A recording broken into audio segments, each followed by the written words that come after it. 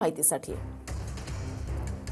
बदलापूर अत्याचार प्रकरणामधील आरोपी अक्षय शिंदेचा पोलिसांकडून एन्काउंटर करण्यात आलेला आहे। काल संध्याकाळी हा प्रकार घडलाय। स्वसंरक्षणासाठी पोलिसांनी अक्षय शिंदेवर गोळी झाडली।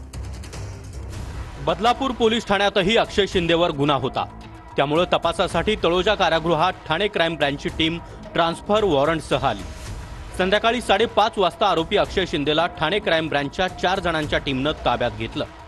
पोलीस निरीक्षक संजय शिंदे, पोलीस उपनिरीक्षक निलेश मोरे आणि 2 कॉन्स्टेबल अक्षय शिंदेला घेऊन निघाले। पोलिसांची व्हॅन संध्याकाळी 6 ते 6:15च्या दरम्यान मुंब्रा बायपासवर आली असता अक्षय शिंदेनं पोलीस अधिकारी निलेश मोरे यांच्या कमरेची सर्व्हिस पिस्तूल खेचून घेतली। अक्षय शिंदेनं पोलिसांच्या दिशेनं 3 राऊंड फायर केले। त्यापैकी एक गोळी पोलीस अधिकारी निलेश मोरेंच्या डाव्या मांडीला लागली, तर 2 राऊंड इतरत्र फायर झाले। स्वरक्षणासाठी एका पोलीस अधिकाऱ्यानं आरोपी अक्षय शिंदेच्या दिशेनं एक गोळी झाडली, त्यात तो जखमी झाला।